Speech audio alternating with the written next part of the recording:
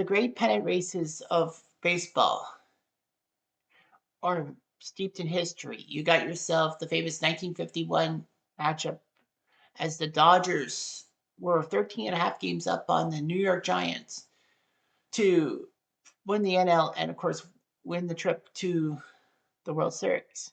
However, that did not happen as the Giants went on this bender, if you will, and won the championship, won the NL pennant from underneath the Dodgers' nose, especially with Bobby Thompson's shot heard around the world. 1978, you see the Yankees come back from 13 down against the Red Sox to win the AL East in a one-game tiebreak, which Bucky Dent ruined all of Boston with a 3-run home run, and he was very light hitting at that. 1967, The Impossible Dream, where the Red Sox were pegged at 1,001 and could not believe their eyes. They won the AL pennant, lost the World Series in 7, but still, who cares? But what if I told you that the last great pennant ride was in 1993, and a certain team from the West, even though they weren't really from the West, they were from the NL West, but they were an Eastern team, would capture the minds of a baseball city and try to get to the third straight World Series and all that, but only to fall in one of the biggest shockers in baseball history in the 1990s. This is the story of the 1993 Atlanta Braves and their chance to three-peat as NL champions. You've got Jeff Diamond, you've got one man, you've got a hat, a bat, and that's definitely not all. You got the bleachers, got it from spring to fall, you got a dog, a drink, and that umpire's call. What do you want? Let's play what if. Okay. Okay, Cutter, do some what ifs. Okay, Cutter, do some what ifs. To understand the 1993 Atlanta Braves, you have to go through the Braves' history as a franchise. They were born as the Boston Braves in the National League, Boston having a great baseball town with both the Braves in the NL and the AL being the Red Sox. The Boston Braves were not really that great of a team by franchise. They had a few good runs, but in 1914, they shocked everyone. Last place by July, by the 4th of July. The Braves were called the Miracle Braves because they pulled out of last place in the National League and won the National League at the time that you needed to win the National League to win the trip to the World Series. And they beat the powerhouse Philadelphia A's in 4 games to win the Major League pennant, the World Series. Boston Braves will also be remembered as being Babe Ruth's team, final team in baseball. It was shocking that Babe Ruth would play Major League Baseball for a team other than the Yankees. But the Boston Braves gave him an opportunity to try to be a manager, so he was the assistant manager and played in 1935, hitting 3 home runs in one game against the Pirates at Forbes Field. But other than that, he just was declining, and his behavior led to the Braves having a massive steep downhill. One of the worst teams in baseball history were the 1935 Boston Braves. And no, Babe Ruth didn't drag him down because he left by June. But the Boston Braves were not selling. 1948, they were very much ready for a Beltway World Series, a B-Town World Series, as the Boston Red Sox were hosting a one-game playoff with the Cleveland Indians, and the Red Sox lost, defying the Red Sox, denying the city of Boston the 1948 World Series with their 2 teams. Boston would not support the Braves, and they would move in 1953 to Milwaukee, who opened them with open arms. It was said that the first 13 home games in Milwaukee Braves history outdid the 1952 Boston Braves home attendance in just 13 games. And you get, at the time, 77, if memory serves me right. So anyway, Milwaukee opened them with open arms. The Braves never were below 500 in their time in Milwaukee. 13 great years. They won the 1957 World Series. Should have won the 1958 World Series, but blew a 3-1 series lead. People forget about that. Milwaukee was the home to many stars starting out. Hank Aaron Warren Spahn, Eddie Matthews, and even a young Felix Mantilla, who passed away just a couple days ago as of this taping. But anyway, Felix Mantilla aside, Milwaukee grew happy. Unfortunately, though, their stadium was not really the best, and the fans stayed away for a while.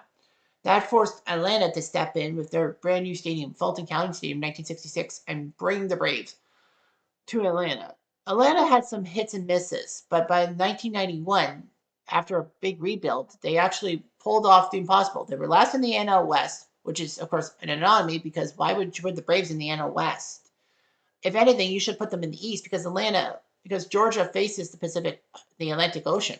And then all of a sudden, you put the Cubs to the West because the Cubs were west of the Illinois line. But the fact of the matter was that Atlanta had their team and they were happy and all that. But yeah, in 1991, they came from worst to first, winning the NL against Pittsburgh and playing one of the most famous World Series of all time, if not the best World Series of all time in 1991. 7 games, all but one game being decided by 1 or 2 runs. So yeah, it was amazing. In 1992, the Braves went back to the World Series after beating the Pirates in a 7-game World Series, in which, well, 7-game NLCS, when Sid slid and defied the Pirates, sending them into a 2-decade-long spiral. Unfortunately, the Braves were done in by the Blue Jays and the fact that the Braves relied too much on Jeff Reardon, and that kind of killed the Braves. Speaking as a Blue Jay fan, I can't really gloat. But anyway, we'll talk about the 93 season. But in 1994, baseball decided to realign with 6 divisions instead of 4, so 3 in each league. Atlanta was placed in the NL East, finally doing well with geography, alongside Montreal, and they were battling tooth and nail for the division, which the Expos had the lead by 4.5 over the Braves, and the Braves were almost shoe in for the wild card spot. Atlanta would go on in 1995 to win the World Series, shocking a lot of people, and they finally did it. But playoff heartbreaks year after year in the late 90s, early 2000s, despite their 14 straight division titles, just killed them. If it wasn't one thing, it was another. But the Atlanta Braves did win the 2021 World Series the same year as Hank Aaron died, and they're thriving. So what's there not to like? So anyway, let's talk about the 93 Braves. So the 93 Atlanta Braves was the 123rd in their existence and 28th in the city of Atlanta. They were looking to win more than 98 from 92 and win the NL pennant for a 3rd consecutive year. So they said one of the greatest teams in history, all that. In the offseason, they made a massive free agent signing as they picked up the NL Cy Young winner from 1992, Greg Maddux from the Cubs. People forget that Maddux didn't start his career with the Braves or win all his Cy Youngs with the Braves. And in the regular season, they made some moves. They even signed John Rocker in the 18th round of the 93 draft. And then Fred McGriff in a massive deal as the Braves and Giants were fighting tooth and nail for the division and all that. Atlanta was trailing behind, but they made a massive move, trading away Melvin Davis, Dottie Elliott, and Vince Moore to San Diego for Fred McGriff, who was hitting it up. With the Padres in his 2.5 seasons after being traded from the Blue Jays in the famous deal that sent Tony Fernandez to San Diego, alongside McGriff for Joe Carter and Robbie Alomar. So McGriff came in, and the first game that McGriff was supposed to play in at County Stadium, the press box caught on fire. They had to postpone it, and then McGriff hit a pair of home runs. In the sense, the Braves actually tried to acquire Dennis Martinez at the end of August. Of course, you have to make a move, and it was the waiver wire. So the Expos placed Martinez's name in the waiver wire, and the Braves claimed him. But the Expos didn't want Dennis Martinez to go to Atlanta for $20,000. The Expos wanted to make a trade with the Braves, but Dennis Martinez actually had vetoed the trade because he had seniority, all that. So Dennis Martinez, the guy who won a perfect game in 1991 for the Expos and was one of the best Expos of all time. Could have been a Brave, but the Braves were, of course, pissed off. Chipper Jones, who was the number one pick in the 1990 draft, made his debut in Major League Baseball September 11th, 93 against the Padres. So you would know that Chipper Jones would be a hero. Opening day, they had Jeff Blauser, Sid Green, Rod Gant, Tom Glavine, David Justice, Mark Lemke, Greg Olson had catcher, Terry Pendleton, and Deion Sanders in the opening day roster. So Blauser played short. Breen was at first, Gant was in left field, Glavine was pitching, Justice was playing, I think, right field. Lemke at second, Olson behind the plate, Terry Pendleton at third, and Deion Sanders in the outfield too. As you see in the standings, the Braves 104 wins, the Giants 103 wins, which was amazing how both teams could get 100 wins and only one could make the playoffs. Now, Major League Baseball decided to move to the sixth division format before the 1994 season, before the 93 season started. So, because of the fact that the Marlins and Rockies were in the league now. So, because of the sixth division format, the Braves and Giants would go their merry ways. Braves to the east, Giants to the west. So, obviously, the Giants would have made the playoffs. But yeah, it was not because of the 93 place in the NL West that decided things.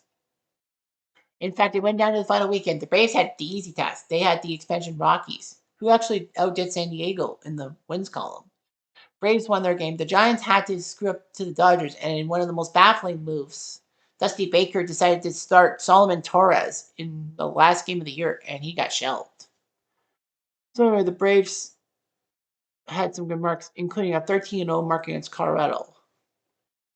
To 93 team, Steve Avery, Steve Bedrosian, former Cy Young winner with the Phillies, Marvin Freeman, who soon went to Colorado. Tom Glavine was there. Jay Howell, the guy who wired a controversy for the Dodgers in the 88 LCS. Greg Maddux was pitching. Greg McMichael, Kent Merker, who would get a no-hitter the next year. John Smoltz, Mark Wohlers. Catching, Damon Berryhill and Javi Lopez were getting there. Greg Olson was starting to lose it to Berryhill and Lopez for catching. Javier Belair, Jeff Blauser, Sid Bream, Francisco Cabrera, still there. Brian Hunter, Chipper Jones, Ryan Klesko, Mark Lemke, Fred McGriff, and Terry Pendleton. The infielders. The outfielders were a group of five. Ron Gant, Dave Justice, Otis Nixon, Deion Sanders, and Tony Tarasco. Of course, the fire of the press box on July 20th and all that. And it was huge. Berryhill became the catcher. Bream became the first baseman. Lemke at second. Blauser at short. Pendleton at third. Ron Gant at left. Otis Nixon center. David Justice in right. Lots of people had the chance. Chipper Jones had 3 at-bats in 8 games. Pitching-wise, they had 4 guys with 15 wins. Greg Maddux, John Smoltz, Tom Glavine, and Steve Avery. All fantastic. Pete Smith was the forgotten 5th man in the rotation. Kent Merker was okay, too. Then came the NLCS. One of the best NLCSs of all time. Braves and Phillies were battling tooth and nail. Braves got a run in the 9th thanks to a Kim Batiste defensive error. But then Batiste conveniently decided to play hero in the 10th with a walk-off double to score. And Sean McDonough, who's doing the NLCS for CBS, said, but Kim Batiste goes from goat to hero in a matter of minutes. So that was huge and all that. Mitch Williams ended up being Greg McMichael. However, the Braves remembered who they were and pounded the Phillies for 23 runs in 2 games, taking down Tommy Green and Terry Mulholland. Game 4, Phillies were good. A good pitching matchup between Danny Jackson and John Smoltz happened, and Game 5, Phillies were up 3-0 headed to the bottom 9th. Mitch Williams was looking good, but Kim Batiste made another defensive error, and the game was tied. And then, I can't remember who it was, who hit a ball that just landed foul. If it landed fair, the Braves might have won that game. They had to settle for a 3-3 tie, and then Lenny Dykstra led up the top of the 10th off Mark Wohlers, hit a home run. Larry Anderson came in with a save. Don't tell that to Red Sox fans. Phillies win 4-3, and then Game 6, the Phillies remembered how to hit, winning 6-3 as Tommy Green beats Greg Maddux. Mitch Williams picks up the save, and the Braves lost. Nevertheless, the Braves did pick up a Silver Slugger for David Justice. Greg Maddux was named the Cy Young winner. and won the Gold Glove for pitcher. Fred McGriff was given first base for Silver Slugger. So that's what it was. So that's how the 93 Braves are. So now it's time for the what if portion of the program. So this is it, sim matchup time.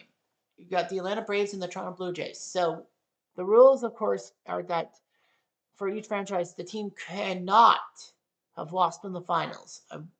If you made the finals and lost, shockingly, then too bad for you. We're doing it for teams that should have made the finals or even the next round of the playoffs, if you will. Like one team coming up, the next team coming up didn't win a playoff game, but lost the wild card game and didn't even make the playoffs. But we're going to try to see if we can make a run. Nevertheless, the Braves of 93, if they had beaten the Phillies like they were supposed to, they would have faced the Toronto Blue Jays. Now, because of the way that baseball was set up, that it was um, every other year for the leagues to host, the Blue Jays would get home field advantage in 93, regardless of record, because the AL, it was their turn to host.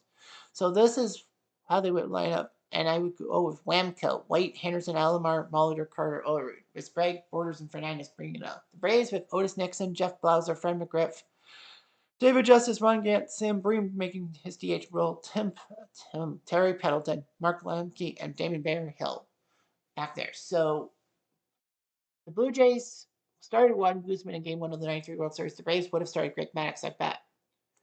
Game one turns out to be a Braves masterclass, 4-1, as David Justice, Dick, and RBI grounded Otis Nixon. Alomar got a single to score Devon White in the bottom of the third, but in the top of the fourth, Damon Berryhill hit a double to score Pendleton. And then an RBI single by McGriff, the former Blue Jay, of course, taking out Blauser. And then in the ninth, Fred McGriff hits another double to score Jeff Blauser. Alomar grounded out the first. Molitor walks. Carter flew out and Oliver grounded out to win the game. Guzman went 7 innings. Mark Eichhorn, I forgot he played for the 93 Blue Jays, inning in a third. Mike Timlin came in for the final 2 outs. The Braves, Greg Maddux went all 9 innings, pitched 108 pitches, and basically won the game. So that was game one. Game two, the Blue Jays had Dave Stewart on the bump. It would definitely have been Glavine because the Braves would have gone in for the kill, if you will. Game two saw the Braves win 12-6. The Braves would score 3 runs. Jeff Blauser hit a home run over the left field wall, and then Ron Gant hit a home run off of Stewart to make it 3-0. It would stay that way till the top of the third as David Justice went deep to make it 4-0, and then Mark Lemke hit an RBI single to score Breen. Then Jeff Blauser again went deep, making it 6-0. Jays would score a home run by John Olerud, make it 6-1. However, in the top of the sixth, after Woody Williams came into pitch, David Justice hit an RBI double to score McGriff. Sid Bream RBI single to score Justice, and Mark Lemke RBI single to score Bream, 9-1. Blue Jays would take their time. Olerud would take a bases loaded walk. Sprague flew out to left, but it wasn't deep enough for the out. Borders flew out to left, and Mahler scored on the sac fly. Tony Fernandez hits a 2 RBI triple to score Carter and Olerud. Devon White hits an infield single to make it 9-6. Greg McMichael comes in and gets Ricky Henderson to pop up. Then in the seventh, after Eichhorn pitches, McGriff hits an RBI double to score Nixon. Justice hits an RBI single to score McGriff, and Bream's RBI single scores Justice. Down to 6. The Blue Jays, Dave Stewart went 5, then Williams, Eichhorn, and Cox. Braves, Glavine 5 2/3, McDowell, and McMichael, and Jay Howell came in for the ninth inning because it was not there. So yeah, the RBIs were plentiful for Blauser, Justice, Gant, Breed, and Lemke going multiple. So on to game 3, where they would have sent John Smoltz to the mound. The Blue Jays in real life sent Pat Henkin to the mound. Obviously, I can't have Darnell Coles in the lineup, so Henderson would have came in about second. Play left field. Carter played right field, and Fernandez will be slotted number 7. Yeah, 7 on the board. And the Braves went with that lineup. Game three, it was the Braves winning 9-2. As the Blue Jays did strike first, two RBIs by Sprague with ground rule double and Fernandez an RBI single. It was calm until the bottom of the sixth. The Braves couldn't even get a hit. Berryhill struck out. Smoltz hits a single. The first Braves hit was by John Smoltz of all people. Nixon hit an infield single. Jeff Blauser struck out looking, and then Fred McGriff does it to his former team with a 3-run home run to make it 3-2, making Eichhorn come into the game. 10 game to the bottom of the eighth. Berryhill got a single. Francisco Cabrera came in for McMichael to pinch hit and took ball four. Nixon hits a single, bases loaded. Jeff Blauser strikes out. Mike Timlin comes in the pitch, and then McGriff hits a 2 RBI single.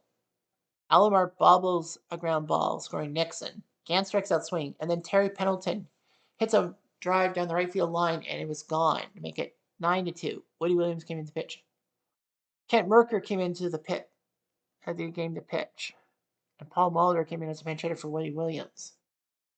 Of course, they had the controversy because Molitor and Olerud both were like first basemen. Score was 9-2.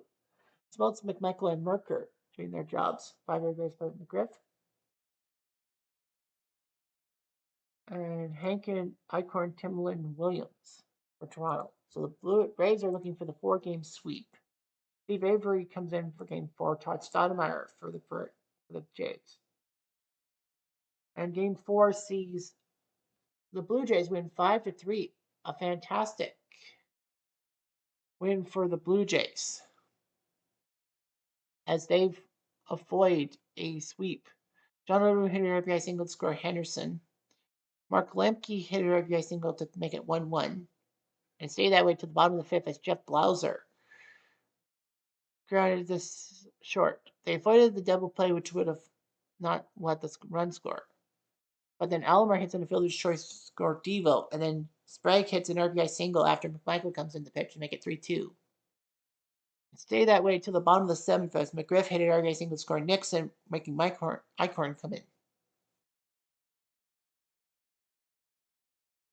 So stayed 3-3 until the top of the ninth as Steve Bedrosian came in to pitch. Pat Borders walked. Paul Molitor came in to pinch hit for Eichhorn and hit a 2-run home run. White struck out. Henderson popped out. Olerud singled. Alomar singles. Kent Mercker came in to pitch. Carter walks, and then Sprague flies out. Tony Ward comes in because he was the closer after Tom Hankey left the Blue Jays. Nixon walks. Blauser strikes out swinging. McGriff singles, but Jay Justice goes to a double play, and the Blue Jays have at least forced a game 5. So back to the top of the order for pitching. So Guzman versus Maddox. And in the end, the Braves win 8-3. And guess what? They win their thing. They get their flowers. Fred McGriff hit an RBI single, scored Nixon, and then Ron Gant went deep down the left field line to make it 3-0 Braves. Then McGriff singled to score Nixon. Blue Jays scored 2 in the fourth as Carter gets an RBI ground out, and then Borders bloops a single to left to score Carter. However, Berryhill hit a single to right field. Lemke scored to make it 5-2. Alomar hit a fielder's choice to score run 5-3, but Pendleton hit an RBI single to score Justice. Cox came in to pitch, and Berryhill singled to score Gant. Stayed that way to the bottom of the eighth as Justice hit an RBI single, and then the ninth, Darnell Coles came in to pinch hit. Swings and misses. White flew out, and Henderson grounds out. So the 93 Blue Jays would have lost to the 93 Braves in 5 games as the Braves would use their powerful pitching to get the Blue Jays and get revenge. Maddox might go and how pitching Blue Jays went with Guzman, Cox, Eichhorn, Timlin, and Williams. So they just couldn't do their job. And yeah, Paul Molitor not being able to hit all that to play because of the no DH rule in 93. That was just unbelievable. But yeah, the 93 Braves would have won the World Series in 5 games. So luck and skill. That's what I thought. Anyway, I'm Jeff Diamond. I do